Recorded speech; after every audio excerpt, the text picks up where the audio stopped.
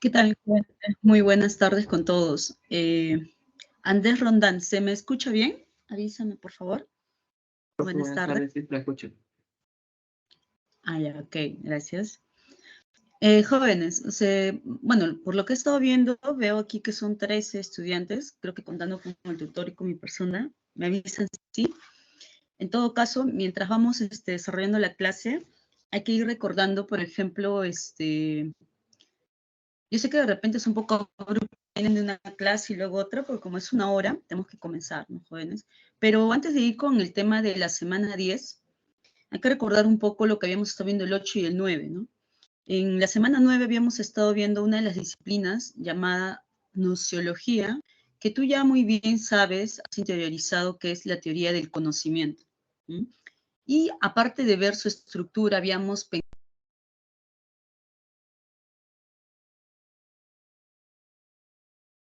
sí o no. Llegamos a una dificultad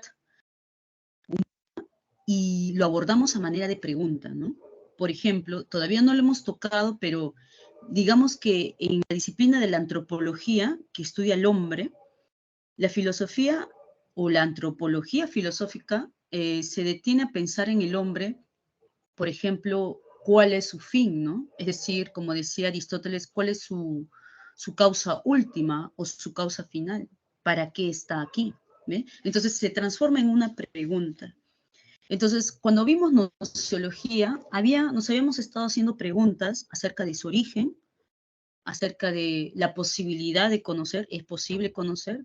¿Cuál es el origen del conocimiento? ¿Ve? Entonces, los problemas siempre se plantean a través de preguntas. Es una interrogante, una inquietud, algo que no te deja tranquilo. Eso es un problema, ¿no? Y bueno, y también habíamos abordado el problema de la verdad, ¿no? 3 problemas. Hay textos, ¿no? Clásicos que abordan también la esencia como problema de la nociología, pero aquí para la pre hemos tomado en cuenta esos 3 problemas. Ahora, en la semana 9, la semana pasada, eso sí, con más razón hay que recordarlo porque el tema de hoy está muy relacionado. Tú tienes el material y de hecho que ya te habrás dado cuenta, ¿no?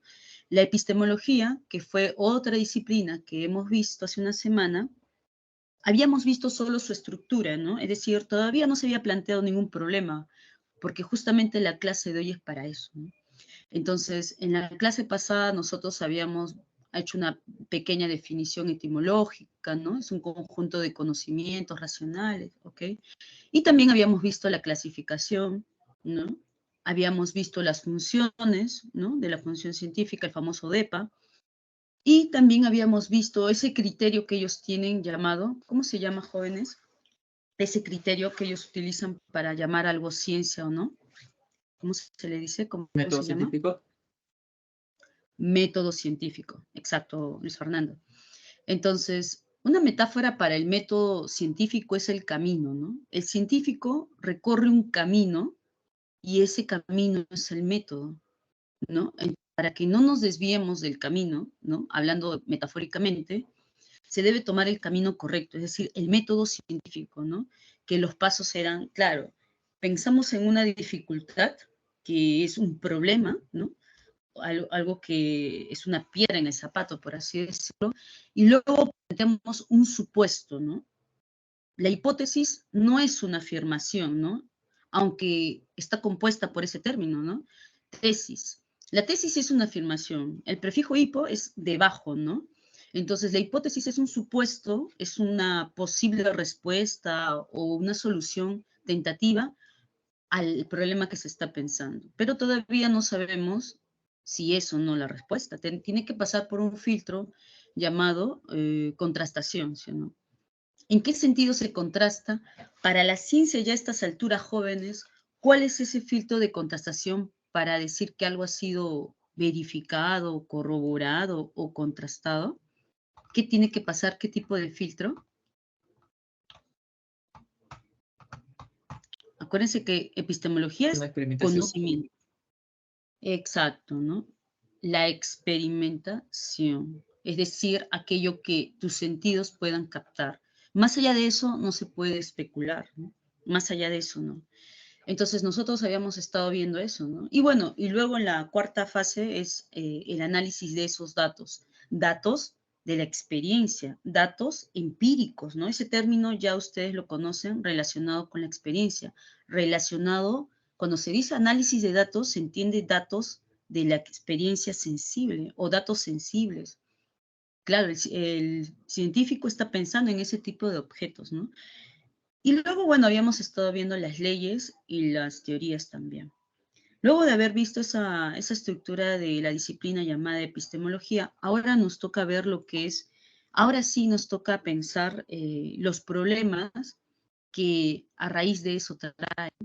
Porque, por ejemplo, ya todo se había planteado muy bien, ¿no? Ustedes lo han entendido, pero ¿qué problemas pueden surgir? Porque acuérdate que la filosofía, ¿no? Porque la epistemología es una disciplina filosófica, siempre está pensando en problematizar aún más, no se va a conformar con eso, ¿no? Que la ciencia también se puede problematizar sobre ella, claro, y desde luego se ha hecho eso, al menos en los últimos 150 años de lo que va, 130, 150 años de los últimos que va, sí se ha hecho eso, ¿no? Entonces, Micaela, ¿se ve la diapositiva? ¿Avisas? Sí, sí se ve. Ya, ok, perfecto. Entonces, semana 10, ¿no? Ahí está Micaela, muy bien. Problemas epistemológicos contemporáneos, se entiende, ¿no? Entonces, ahí vamos a ir viendo cuál es ello. Acuérdense que un problema siempre se va a plantear, ¿no? Todos los problemas siempre se pueden plantear a través de preguntas. Entonces, el problema de la demarcación, ¿qué pregunta será la que pensemos, ¿no? ¿Cuál será esa pregunta? Antes de que tú vayas pensando la pregunta, aquí te muestro estas imágenes. ¿Sí se ven, no, jóvenes? El desliz de las diapositivas. ¿Mm? Sí, profesora. Sí, profe. Ah, ya, chicos, correcto. Por ejemplo, en esta primera imagen se ve un grupo de científicos y filósofos, porque acuérdense que la epistemología estudia el conocimiento científico, ¿no? Pero desde un punto de vista filosófico, ¿no? Entonces acá hay científicos, físicos, filósofos, ¿no? Maurice Schlick, por ejemplo, Rudolf Carnap o Otto Neurath también, ¿no? Entre otros. El del medio, que es este de acá también, ¿no? Es un filósofo que nosotros ya habíamos visto en la primera semana, ¿no? Cuando habíamos visto las dos definiciones de la filosofía. Por un lado, Aristóteles decía que la filosofía es una ciencia teórica o teórica, ¿no? Que estudia los primeros principios y causas, eso tú lo sabes. Y había otro filósofo que tenía una definición muy distinta, ¿no? Este filósofo, acá está el nombre, Ludwig Wittgenstein. ¿Cómo definía a la filosofía, jóvenes? Hace 9 semanas vimos eso, ¿no? Wow. ¿Cómo definía Wittgenstein a la filosofía? Era El muy estudio, distinto. el Sí, estudio a de las ver, sí. proposiciones, el estudio del lenguaje. Claro, exacto. Wittgenstein es lo que se llamaría, como dice Eric, un filósofo del lenguaje, ¿no? Y ya no va a decirte como Aristóteles que es una ciencia teórica, sino, para ponerlo en términos así contrarios, es una ciencia práctica. Es decir, más que todo la filosofía es una actividad. ¿De qué? Como ya dijo Eric, de aclarar las proposiciones. Y tú, por tu clase de lógica, ya sabes lo que es una proposición, ¿sí o no? Bueno, una proposición es un enunciado veritativo, ¿no? Que afirma o niega, ¿no? Hoy es martes, un enunciado. Hoy no es miércoles, un enunciado también. Puede afirmar o negar. Entonces, este libro de aquí, llamado Tractatus Lógicos, es el libro que el Círculo de Viena, que está aquí, algunos de ellos, ¿no? Lo toma en cuenta para su grupo, ¿no? El Círculo de Viena es un grupo, como te decía, de científicos y filósofos que van a tomar como referencia el pensamiento de Wittgenstein, especialmente este libro de aquí, porque Wittgenstein tiene 2 etapas, pero esta es la primera etapa del lenguaje de Wittgenstein, aunque Wittgenstein en teoría nunca perteneció al grupo, pero ellos lo tomaron en cuenta porque los filósofos y científicos querían abordar la filosofía de una manera científica y querían justamente marcar una pauta en la ciencia, ¿no? Por ejemplo, aquí hay una línea que es de color azul, ¿no? Una línea siempre marca un límite, jóvenes, ¿no? Es una marca que te traza un límite. Es como lo que decían ellos, ¿no? el problema es la demarcación. Se está marcando. Aquí esta imagen donde hay un ojo, ¿no? Como ya dijo sus compañeros, la ciencia, a menos como la hemos visto en la clase pasada, tiene siempre o parte siempre desde una perspectiva empírica, ¿no? De los datos de la realidad objetiva, ¿no?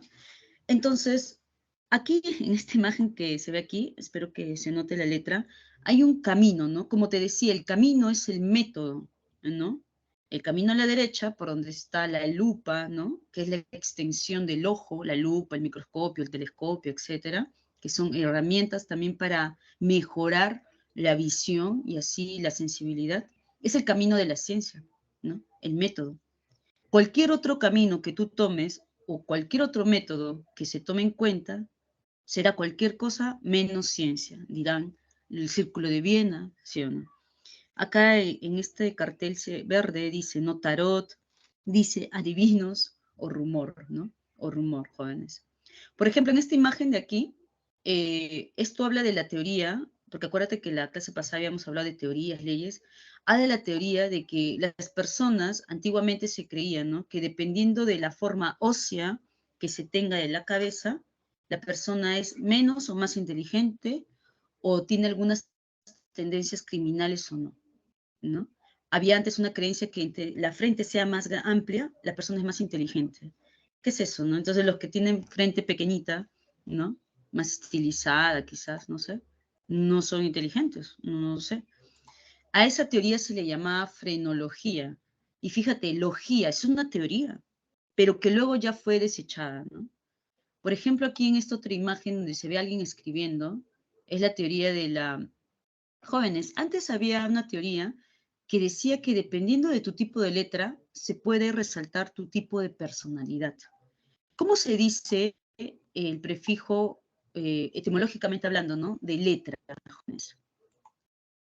Esos que escriben en la calle con sus sprays, ¿cómo se le llama eso? ¿Cuál es el prefijo de la escritura? Grafía, gráfico, Muy bien, Selene. De ahí viene el término, ¿no? Diseño gráfico, graffiti, caligrafía. Calos es bello, ¿no? Caligrafía es una letra bella. Entonces, la grafología, grafos, ¿no? Como dice Selene.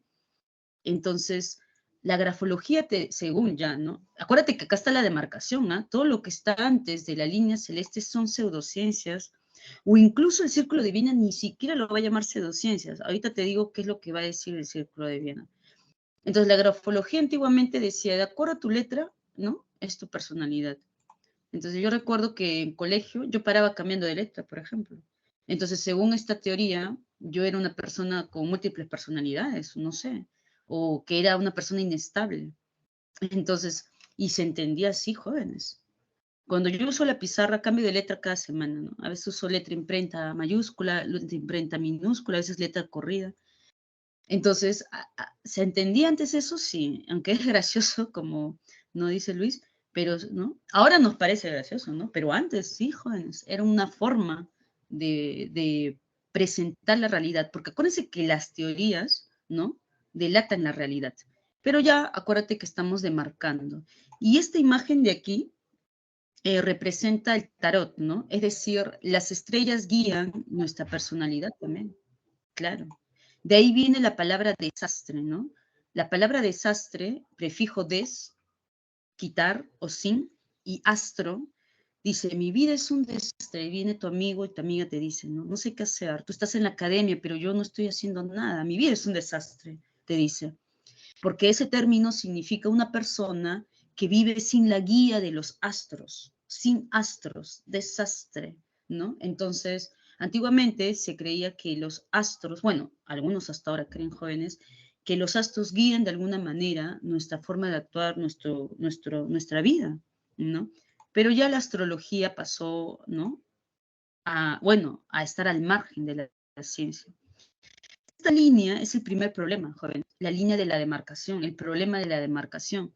Para este primer problema, que se presenta con la pregunta, ¿qué es ciencia y qué no es ciencia? O, en todo caso, ¿cuál es ese criterio para marcar una línea de demarcación? y así yo poder saber qué es ciencia, pues si no voy a creer que todo es ciencia. Entonces ya la clase pasada, nosotros ya habíamos dado una respuesta, la epistemología ya te había dado una respuesta, pero son dos, ¿no? Son dos respuestas. Esta primera respuesta es el verificacionismo, con el Círculo de Viena que aquí están. El Círculo de Viena también es llamado, como ya dijo tu compañero, ¿no? Los datos empíricos también son llamados los neoempiristas, los nuevos empiristas, ¿no? Neoempiristas, o también, como decía Comte, los neopositivistas, porque positivo para Comte, recuerda esa clase, era ciencia, ¿no? ¿Te acuerdas? Lo positivo era ciencia. Entonces, cuando veas en un texto, neopositivistas, neoempiristas, ya claro, porque ellos también están tomando en cuenta los datos sensibles de la realidad. Y ese es el criterio que marca o demarca lo que es ciencia y lo que no es. Los datos de la experiencia sensorial, ¿no? Eso habíamos visto en la clase pasada, sí, cuando vimos el método científico. Pero no es la única respuesta a este problema que se presenta con esa pregunta. Había también otra respuesta, jóvenes. El famoso falsacionismo de Karl Popper. Aquí te presento a Karl Popper, ¿no? Tocándose la cabeza porque dicen, ¿no? El Círculo de Viena cree que Karl Popper se dice, ¿no? El Círculo de Viena, los neoempiristas, creen que verificar es hallar una verdad científica. Y eso no es así, dice Karl Popper. ¿Por qué? Porque, a ver, jóvenes, recordemos, el método per se o por sí mismo de la ciencia, ¿cuál es? ¿Es el método deductivo o el método inductivo? ¿Cuál de los dos? ¿Mm? Inductivo. Claro, Eric, y tú recordarás cómo cómo es la estructura de la inferencia de una inferencia, valga la redundancia, inductiva. ¿Cómo va? ¿Cómo son las premisas y la conclusión? De lo particular a lo general. Exacto. Y siempre la ciencia trabaja así. Parte de datos particulares que observen la realidad para llegar a una conclusión general. Va de lo particular a lo general, lo que siempre nos han enseñado, ¿no? Y eso, perdón, también se ha visto en la lógica, ¿no? Cuando estuvimos viendo la ciencia formal. Eh, y por otro lado, otro tipo de inferencia, no es la única, la inductiva, tampoco son dos, son más, pero para nuestro caso está también la inferencia deductiva, ¿no? Que es todo lo contrario a lo que dijo Eric, ¿no? Se parte de una premisa general para llegar a una conclusión particular. Y ya lo dijo Eric, en el caso de la ciencia, es decir, de los que dicen que la demarcación es el verificacionismo, el Círculo de Viena o los neoempiristas, ellos trabajan bajo la inducción, jóvenes. Entonces viene Karl Popper y dice, eso no es posible, porque lo que él va a pensar es lo siguiente, ¿no? No nos podemos basar en los datos particulares de la realidad porque no podemos ni siquiera llegar a contrastarlos con todos ellos. Por eso es que en la época, ¿no? De Popper, el siglo pasado, ante la ausencia de un cisne negro, ese es el clásico ejemplo, ¿no? Ante la ausencia, como nunca se ha visto un cisne negro, así como nunca has visto un cisne verde, entonces tú crees que todos los cisnes son blancos, porque ese es el único tipo o el único color de cisne que hemos visto. Y es lógico, ¿no? Acuérdate que la ciencia es lógica, trabaja bajo enunciados coherentes. Entonces, ya que todos, ¿no? Cada caso, cada persona ha visto cisnes negros siempre toda su vida, entonces es lógico concluir que todos los cisnes son blancos. Pero Popper va a decir, ¿y qué pasa si yo veo un cisne negro? ¿No? Ese es el llamado contraejemplo. Pero antes de ir con eso, porque eso ya responde al problema de la inducción, el famoso falsacionismo o refutacionismo, como está aquí mencionado, justamente su nombre dice, ¿no? La idea no es verificar, dice Popper, la idea es falsar o refutar, como su misma teoría lo dice, ¿no? Dice, según el criterio de demarcación de Popper, son científicas aquellas teorías con respecto a las cuales puede hacerse el intento de falsarlas. ¿Mm? En cambio, no serán científicas aquellas teorías para las cuales no se pueda siquiera pensar en una situación en que las que serían refutadas.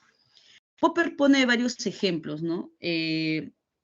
Uno de ellos es un tema que nosotros ya habíamos visto, como el tema del marxismo, por ejemplo. También el psicoanálisis. ¿Por qué? Estas teorías, entre otras, dice Popper, jóvenes, no pueden ser ni testeadas, ni falseadas, y mucho menos refutadas, porque ya tienen un corpus teórico bien establecido. Es decir, ni algo más ni algo menos. Nada que quitar, ¿no? Nada que quitar ni nada que aumentar. Es algo perfecto. Entonces, Popper se preocupa cuando una teoría se presenta de esa manera. Porque si una teoría se presenta así tan perfecta, cuadriculada, ¿no?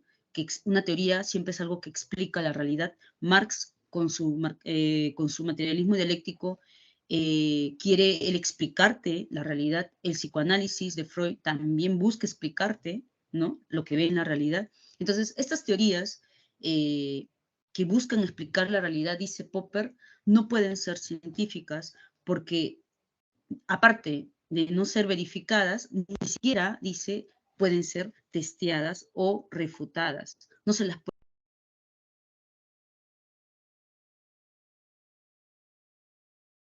Teorías son llamados ellos dogmáticos, ¿no? Porque esta postura nociológica llamada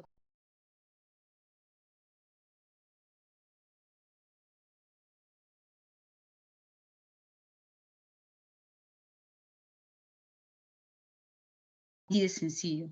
No se trata tanto de verificar, dice Popper, sino más bien de testear o falsear, refutar. Por ejemplo, una teoría que sí puede ser refutada o falseada o testeada, dice Popper, es la teoría de la relatividad, planteada por Einstein, ¿no?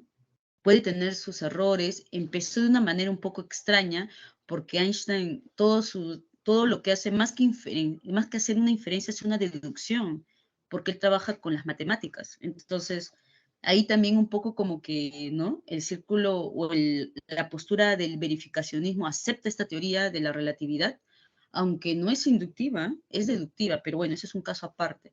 Pero lo que dice Popper es, por ejemplo, la teoría de la relatividad eh, sí es una ciencia porque esta puede ser refutada o falseada, ¿no?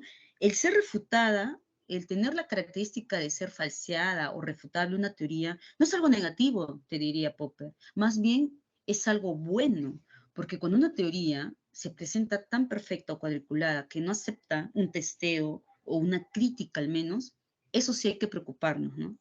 Porque para Popper la ciencia no es algo acabado, para Popper la ciencia no es algo perfecto, sino más bien es algo perfectible, que se va perfeccionando. No por algo la física de Einstein es, digamos, una superación o un intento de superar la física de Newton. Y con eso no se desmedra lo que avanzó Newton, sino que hay un avance, ¿no? Ahorita vamos a ver con Thomas Kuhn las revoluciones, cómo la ciencia va avanzando, y así es, pues, ¿no, jóvenes? Se avanza. Este avance, dice Popper, no es acumulativo, ¿no? No es lineal, ¿no? Sino que más bien es a través de refutaciones. Él habla mucho, Popper habla mucho de las conjeturas, ¿no? De las conjeturas y de las refutaciones. Pero eso vamos a ver a continuación en el siguiente problema, ¿ya? Porque en el siguiente problema que se va a ver, que es el problema de la inducción o del método científico, otra vez vamos a ver a Popper y también al Círculo de Viena. Pero antes de ir con ello, ¿no? Aquí está, como te digo, lo que había planteado Einstein, la teoría de la relatividad. Y Popper diría, esto sí es una teoría científica porque más adelante se puede criticar, falsear, testear, ¿no? Es vulnerable a eso, es perfectible. Es decir, es inacabada, como toda ciencia debe serlo. En cambio, hay teorías que te enseñan y hace 100, 200 años es la misma. Entonces, no puede ser así, dice Popper. Tiene que pasar por el filtro del testeo. Acá hay una imagen, ¿no? Como que pasa un filtro, ¿no? Una imagen bien graciosa de lo que puede hacer, ¿no? El falsacionismo de Popper, ¿no? Chicos, hasta aquí, ¿cómo vamos? ¿Se entiende lo de Popper a diferencia, ¿no? Del verificacionismo del Círculo de Viena? Para continuar. Sí, presente. Ahí está. Hay que distinguir, ¿no? El Círculo de Viena apuesta por la verificación a través de los datos sensibles. En cambio, Popper, ¿no? Apuesta por la falsación, por el testeo, por la refutación más bien. Y en el siguiente problema que vamos a presentar, eso va a quedar más claro aún. Luego de pasar el problema de la demarcación, vamos a pasar al problema de la inducción. Como ya había dicho su compañero, ¿no? La inducción es el método per se de la ciencia, ¿no? Es decir, el que utiliza. Y aquí vamos a ver, ante este problema, la pregunta sería, ¿no? ¿Cuál sería la pregunta, jóvenes? Mucho se habla de estos ejemplos muy casuales, muy jocosos, ¿no? Graciosos. Por ejemplo, ¿no? Estas expresiones que solemos tener, ¿no? Tanto para hombres y mujeres. Por ejemplo, para mujeres dicen, ¿no? Todas las mujeres son chismosas, ¿no? O todos los hombres son mentirosos, ¿no? Entonces, eso es una conclusión general, ¿sí o no? General, pero que parte de dar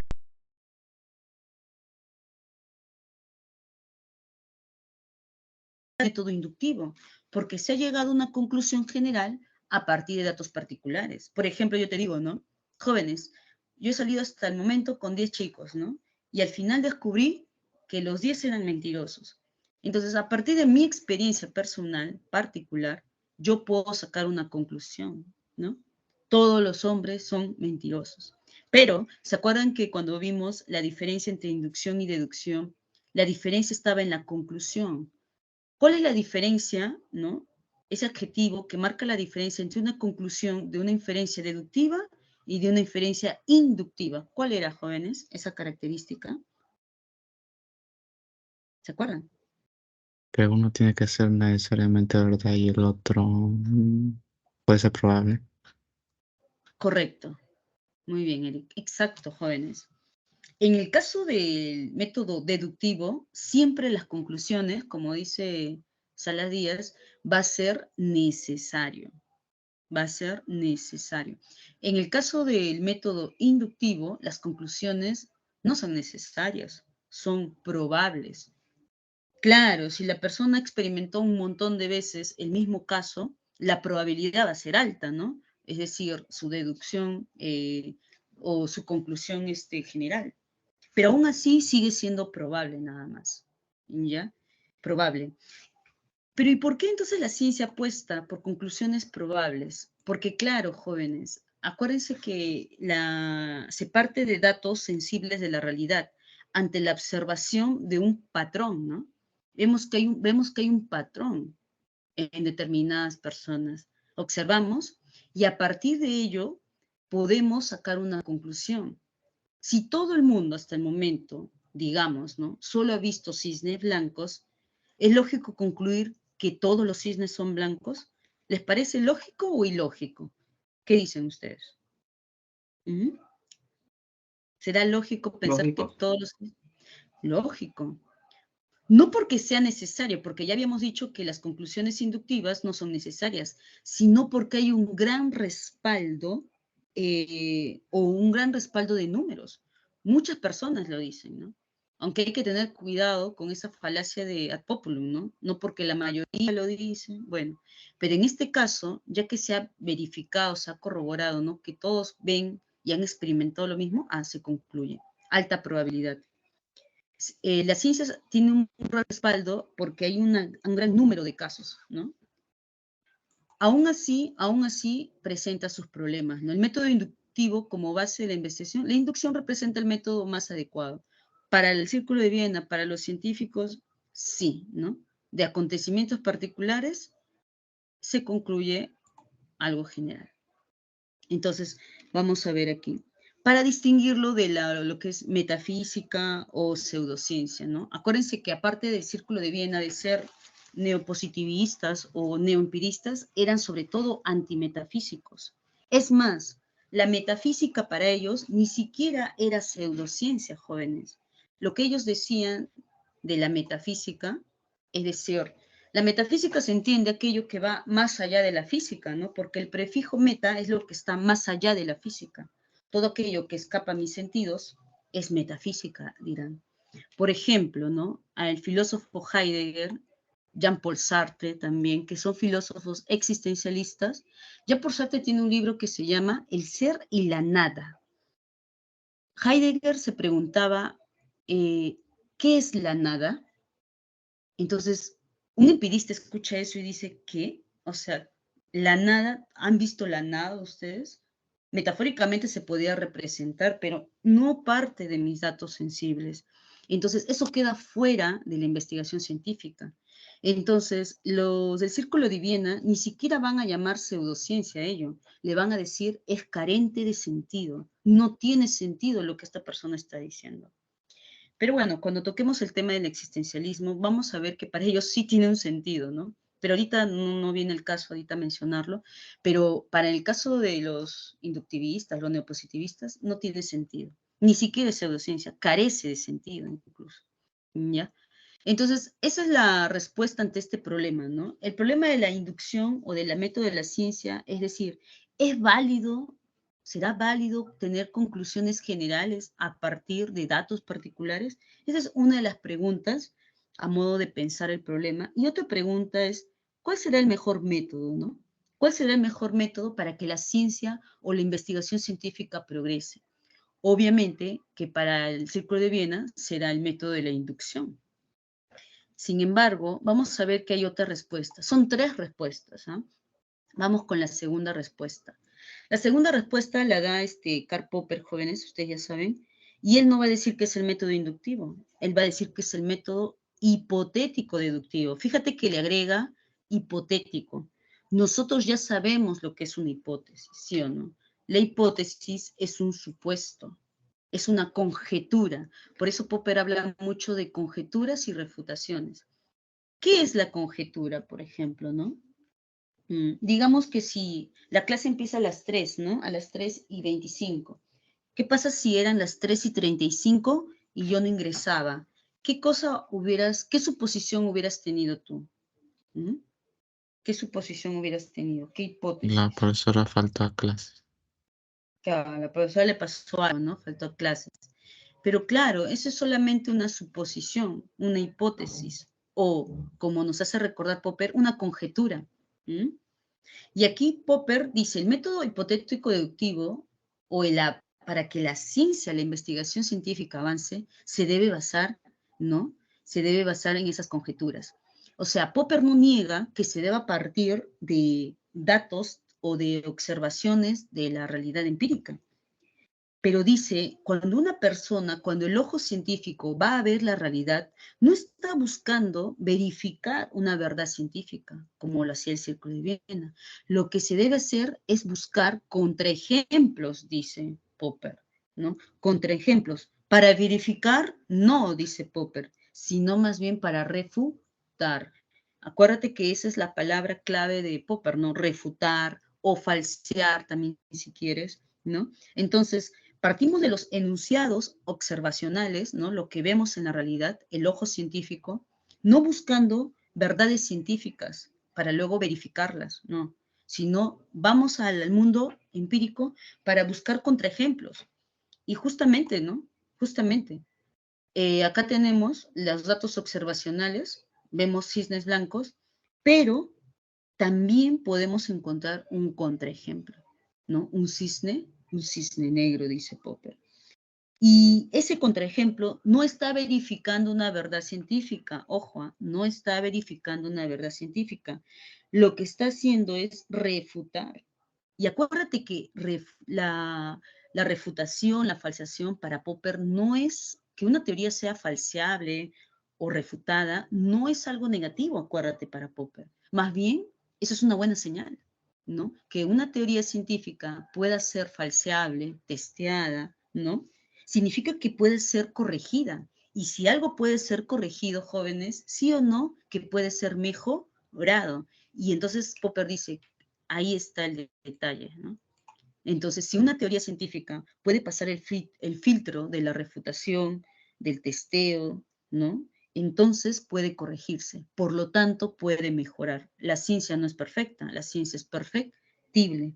Entonces, por eso, lo que dice Popper sobre las ciencias empíricas, claro está, es que estas son incompletas, ¿no? Es decir, siempre hay un examen crítico que se les hace. Claro, pues Newton, la física de Newton fue cuestionada, pasó por un examen crítico, por supuesto. Einstein, y Einstein también será criticado, por supuesto, ¿no, jóvenes? Aparte que su teoría de la relatividad realmente en términos estrictos, jóvenes, no ha pasado ni siquiera por la verificación, se le aceptó, pero eso ya es otra historia, ¿no? Entonces, porque todo lo que Einstein hizo fue cálculos matemáticos, ¿no? Pero, ¿no? Se acepta, se acepta. Entonces, la idea es esto, dice Popper, ¿no? La posibilidad de poder cuestionar y corregir una teoría, eso es lo ideal, ¿no? La posibilidad de corregir, de testear. Entonces dice que el camino, acá hay un camino, jóvenes, el camino de la ciencia es un camino sin término, ¿no? Es decir, la ciencia es perfectible, incompleta. Esa es la segunda respuesta ante el problema de la inducción, ante el problema de cuál será el mejor método para que la investigación científica avance. Ahí tienes tus dos respuestas, la inducción o el método hipotético deductivo. Pero hay una tercera, ¿no? Hay una tercera respuesta también ante esto, ¿ya? Bueno, aquí el método, acá te colocan un cuadro, ¿no? Como dice aquí, mundo de las teorías, mundo de la experiencia, por supuesto, ¿no? Popper no niega que se parte de un mundo de la experiencia a través de la observación para poder plantear una teoría, que obviamente es una conjetura nada más, es decir, una hipótesis, para poder llegar a una deducción, ¿no? Pero luego esta tiene que poder ser falseada o contrastada, no en el mundo de las teorías, sino en el mundo sensible, ¿no? En el mundo de la experiencia. Entonces, este cuadro, como que sí, ¿no? Más o menos explica el método hipotético deductivo de Popper, ¿no? La idea es que una teoría sí o sí pueda ser corregida. Si no es así, es pseudociencia, ¿no? Y ya habíamos visto algunos casos de qué teorías, ¿no? Se habían presentado, psicoanálisis, entre otros. Y vamos a pasar a ver la tercera respuesta ante la pregunta, ¿cuál es el mejor método para que progrese o avance la ciencia, ¿no? Tanto lo del Círculo de Viena como Popper se apuestan porque hay un progreso, ¿no? Ambos creen que la ciencia progresa, ¿no? Solo que varían sus métodos, ¿no? El Círculo de Viena dice el método inductivo, si hay un avance en la ciencia. Y Popper dice, la ciencia sí avanza. Es más, es un camino sin término, te está diciendo, que poco a poco se va corrigiendo. Pero la tercera respuesta no es tan optimista, ¿no? El anarquismo epistemológico de Paul Feyerabend, como su mismo término lo dice, presenta un caos, ¿no? Es decir, el anarquismo está relacionado siempre con la libertad individual, ¿sí o no? Estos grupos anarquistas que hay siempre en las sociedades, siempre ellos se rebelan ante su libertad individual, ¿no?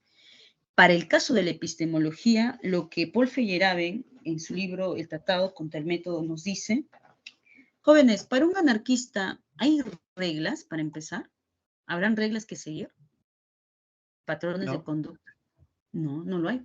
Exacto, no lo hay. Por eso un poco como que está relacionado con el caos, ¿no? Al no haber una regla, entonces se puede hacer uno lo que quiere, exacto. Es decir, Paul Feyerabend hablaba de que todo vale, ¿no? Por eso hay un término al final de este texto que dice todo vale. ¿Qué significa ese todo vale? De que para empezar, no es que un método u otro método sea bueno, el inductivo o el deductivo. Paul Feyerabend te dirá, es que no hay un método en sí. No hay un método que seguir, no hay un camino que seguir. Y por ende, jóvenes, si no hay un camino que seguir, ¿se avanzará? ¿Se progresará? ¿Ustedes qué dicen? Si no hay un camino que seguir, ¿se progresará? Se quedará igual. Sí.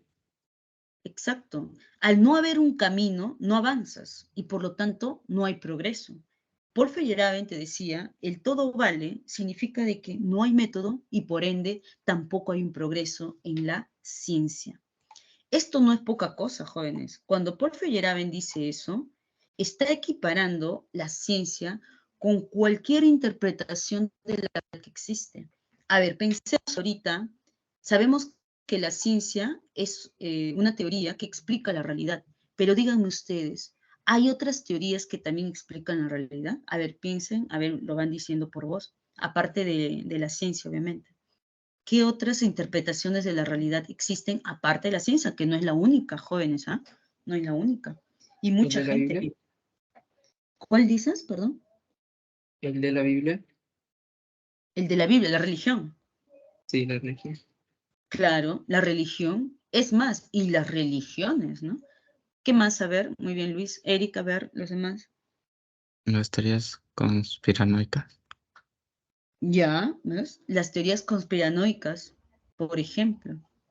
Hay personas incluso que viven, es más, es su trabajo incluso, ¿no? Que leen, ¿no? Las cartas, y hay un montón de gente que cree en eso. Es decir, su vida se guía bajo la astrología y no tienen conocimiento de ningún avance de la ciencia. Y viven su vida tranquilos, no le hacen daño a nadie, ¿no? Entonces uno dirá, su vida se guía bajo esa teoría, ¿sí? Bajo esa interpretación. Si tú quieres, puedes vivir así como esa película o esos libros de Harry Potter, creyendo que vivimos en un mundo de magia y etcétera, también. O sea, Paul Feyerabend, cuando dice que todo vale, está equiparando la ciencia a cualquier interpretación de la realidad, sea mito, magia, religión, eh, como dice su compañero, ¿sí o no? Por ejemplo, este actor Tom Cruise, él cree en una religión que se llama la cienciología, si no me equivoco. Y él vive tranquilo creyendo en eso. Entonces, ¿te das cuenta? ¿Es una forma de explicar la realidad? Sí. Ahora, que sea ciencia o no, ya habíamos visto el problema de la demarcación, ¿no, jóvenes? Ya habíamos visto el problema de la demarcación. ¿Hasta dónde llega la ciencia y hasta dónde llegan las pseudociencias? Pero ahorita, en el caso del anarquismo epistemológico de Paul Feyerabend, es lo que te está diciendo, en síntesis, que la ciencia no tiene nada de especial. Claro, pues. Si no hay nada de especial, entonces tú, en tu libertad individual, de ahí viene el término anarquismo epistemológico, a partir de esa libertad individual, tú tienes el gozo de elegir cualquiera de esas interpretaciones. Puedes elegir la propia ciencia, puedes elegir la cienciología, puedes elegir una religión, puedes elegir la magia, la astrología, el tarot, puedes elegir lo que tú quieras para guiar tu vida. Y es más, mucha gente lo hace hoy en día. No todos apuestan por la ciencia, jóvenes. Pero bueno, hablando en el ámbito académico, serio, bueno, sí, ¿no? Que alguien empiece a hablar de tarot, claro, se vería un poco extraño, pero en el mundo cotidiano me refiero a que mucha gente opta guiar su vida como le plazca, ¿no? Entonces, ahí un poco es el anarquismo epistemológico que te mencionaba de la libertad individual, el gozo de poder elegir cualquier teoría que guíe tu vida, dice Paul Feyerabend, ya que como no hay método para él, ¿no? No hay método, no hay un progreso, ¿no? Y esta visión anarquista que tiene Paul Feyerabend se relaciona mucho con la emancipación, es decir, la independencia que se tiene de qué cosa, de esas reglas y restricciones metodológicas que exige una ciencia, ¿no? El anarquista, ¿no? Quiere liberarse de esas reglas metodológicas que impone la ciencia para llamar a algo justamente ciencia, ¿no? Entonces, Paul Feyerabend le quita lo más preciado, que es su método, y lo deja al mismo nivel que cualquier interpretación. Le quita lo especial que tiene la ciencia, ¿no? Entonces, crea un caos, ¿no? Por eso es anarquismo epistemológico. Esa sería la tercera respuesta, es decir, no hay un método, ¿no? Ahora pasemos al último problema, jóvenes. ¿Se entendió lo del anarquismo epistemológico de Paul Feyerabend, jóvenes? Aunque es un poco extraño ese caso, pero han preguntado de ese tema en exámenes, jóvenes. ¿Se entendió eso? Sí, por ¿Se eso. entendió?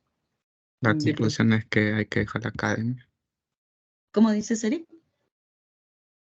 La conclusión es que hay que dejar la academia. Claro, claro, claro, exacto. Justamente su libro se llama Contra el método, ¿no? Por ejemplo, hay personas que se creen muy especiales por algo en particular, ¿no? Digamos, ya sea porque tienen dinero o porque vienen de una familia tal y tal. Pero si tú le quitaras eso especial que supuestamente tienen, esas personas que creemos especiales, como los artistas, cantantes famosos, se equipararían a cualquier persona del común. Entonces, hay artistas que lo único que tienen es fama, ¿no? Hay artistas que lo único que tienen es fama. No tienen talento, pero tienen fama. Pero ¿qué pasa si tú le quitaras eso especial que tienen? Lo equipararías a todas las personas. Entonces, Paul Feyerabend lo que está haciendo es eso, ¿no? Le está quitando lo más especial a la ciencia, ¿no? que es un método científico, y lo equipara a toda interpretación de, ¿no? Entonces, claro, eso es ir contra la academia, ¿no? Exacto, contra la comunidad científica, como dices, tal cual. Entonces, ahí vamos, ¿no? Claro, ay, me había olvidado poner esto. Acá está Paul Feyerabend, ¿no? Paul Feyerabend. Esta imagen representa justamente la libertad individual, ¿no? De no seguir a las personas, sino hacer algo distinto. Y a partir de ahí, tú poder elegir, ¿no? Vivir bajo la magia, la religión, ¿no? La magia sería esto. Y aquí, bajo cualquier religión que tú desees, judaísta, budista, cristiana, israelita, o lo que practica este famoso actor Tom Cruise, ¿no? La cienciología, ¿no? Entre otras, ¿no? Que hay un montón, jóvenes, en Estados Unidos especialmente, ¿no? Pero bueno, eso ya es otra historia. Y hay películas sobre eso, ¿no? Pero bueno.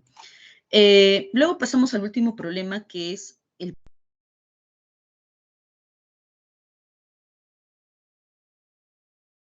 llamado Thomas Kuhn, ¿no?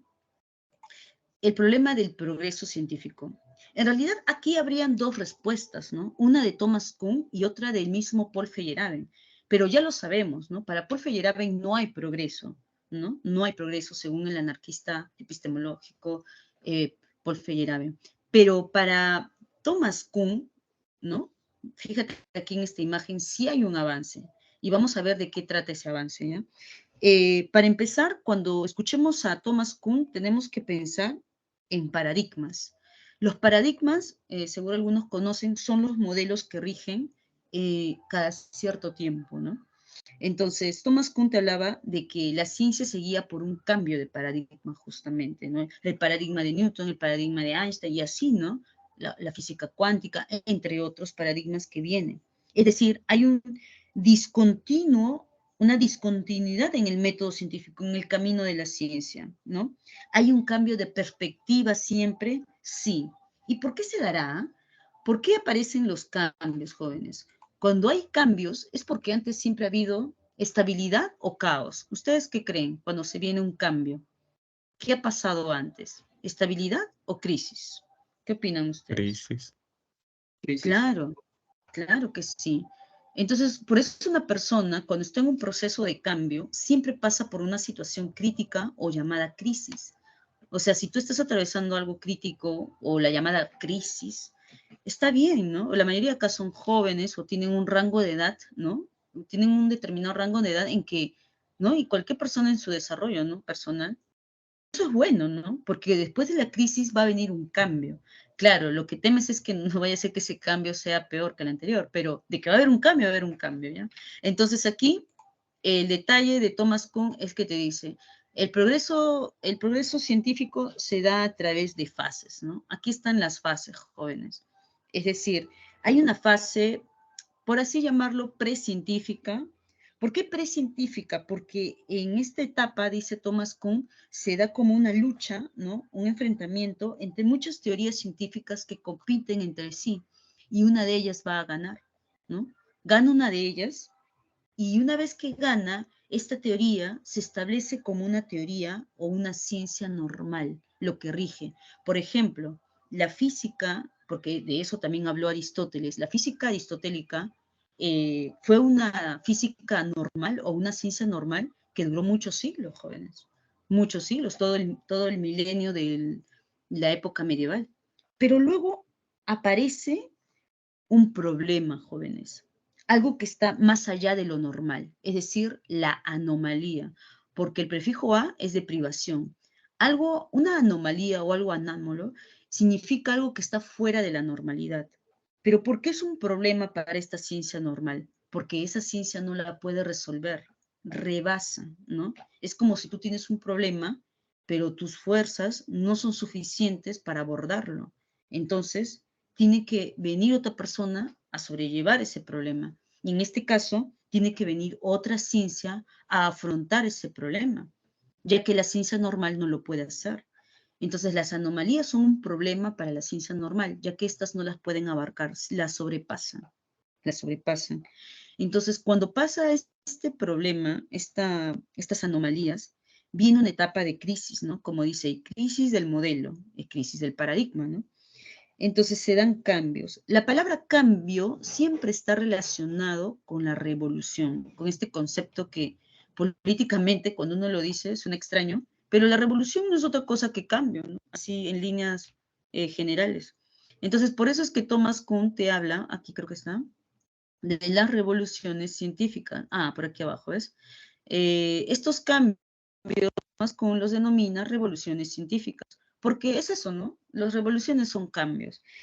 Entonces, si la ciencia normal que nos rige no puede abordar los problemas, es decir, estas anomalías, entonces hay que cambiar de esa ciencia normal. Y ese cambio, esa crisis, va a hacer aparecer una ciencia revolucionaria. Así se llama esta fase, ¿no? La ciencia revolucionaria o este cambio de paradigma va a poder afrontar la crisis que se está teniendo, ¿no? Entonces se establece un nuevo modelo. Y adivinen qué, jóvenes, esta ciencia llamada revolucionaria que se establece, poco a poco se va convirtiendo en qué cosa, jóvenes, cuando ya se establece, cuando se va estableciendo, ¿en qué se convierte esta ciencia revolucionaria? En una ciencia, la ciencia que se establece será una ciencia normal, otra vez. Y ahora, esta ciencia revolucionaria que se establece como explicación de la realidad, se torna una ciencia normal, ya no es revolucionaria porque ya se estableció. Y esta puede presentar otra vez problemas, es decir, anomalías, por supuesto.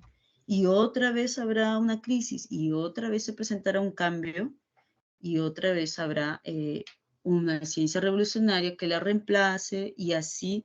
Por eso es que aquí la imagen es cíclica. ¿Mm? Entonces, la respuesta de Thomas Kuhn ante el progreso científico es optimista, ¿no? Sí se da. Sí se da el conocimiento, se perfecciona y es más, se amplía a lo largo de la historia, dice Thomas Kuhn, ¿no? Para él la investigación en ciencia no es lineal ni acumulativa, sino que más bien se constituye a partir de grandes saltos o cambios. Estos saltos o cambios, ¿no? Son justamente esas revoluciones o cambios de modelos o cambios de paradigmas. Ya, jóvenes. Entonces, hasta aquí, jóvenes. ¿Se llegó a comprender alguna pregunta antes de poder pasar a las alternativas? ¿Me avisan? ¿Mm? Y acuérdense que la otra respuesta, ¿cómo dices, Eric? ¿Perdón? Ah, no, que todo bien, profesor. Ay, ok. Acuérdense que en el problema del progreso científico habían dos respuestas, ya no está aquí la de Paul Feyerabend porque ya estaba en el anterior problema, ¿no? Para Paul Feyerabend no habría un progreso, para Thomas Kuhn sí, ¿no? A través de este postulado que él denominó revoluciones científicas, que no es otra cosa que esos cambios o saltos, ¿no? Cambios, ¿no? De paradigmas o modelos. ¿Por qué se dan esos cambios o paradigmas de modelos?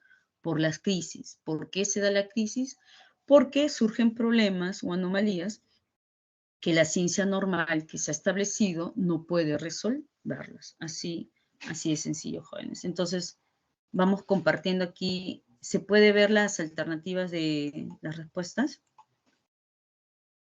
¿Se ve, chicos? Sí, profe. Sí, profesor.